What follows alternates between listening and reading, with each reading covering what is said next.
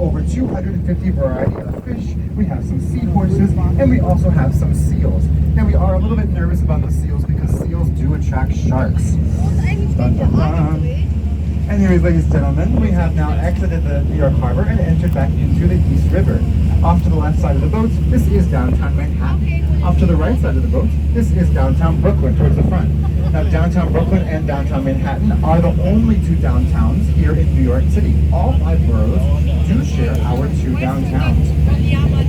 Now, I mentioned earlier about how Battery Park and the financial district of the southern tip of Manhattan is some of the oldest neighborhoods here in New York City, but it is also some of the oldest neighborhoods here in the entire country, in the United States. There is a lot of history here in the southern tip of Manhattan that contributes to the overall history of the United States.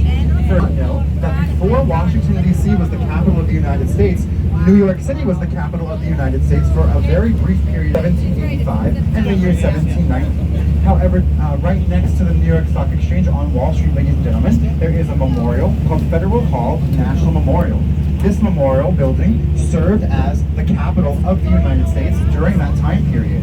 It is here at this building where George Washington was inaugurated as the first president of the United States of America.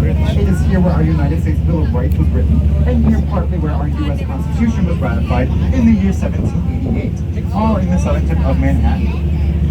Another very interesting find that you can find here in the southern tip of Manhattan, ladies and gentlemen, is the old African burial grounds. Now, back in the year 1991, the federal government was going to build an office building here in the southern tip of Manhattan, and when they excavated the land to build the building, they found over 15,000 skeletons. They did not know that that plot of land used to serve as a cemetery during the colonial times, and specifically a cemetery for the enslaved Africans that were brought here during the colonial times.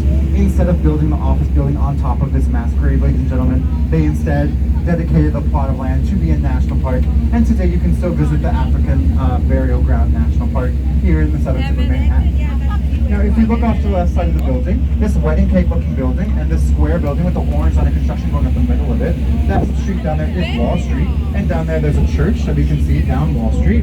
That church is one of the oldest churches here in New York City, and it is at that church where one of our founding fathers, Alexander Hamilton, is buried. Yes, the same Alexander Hamilton from the musical Hamilton. Now, Alexander Hamilton was the first Secretary of the Treasury of the United States, and since he built the foundation of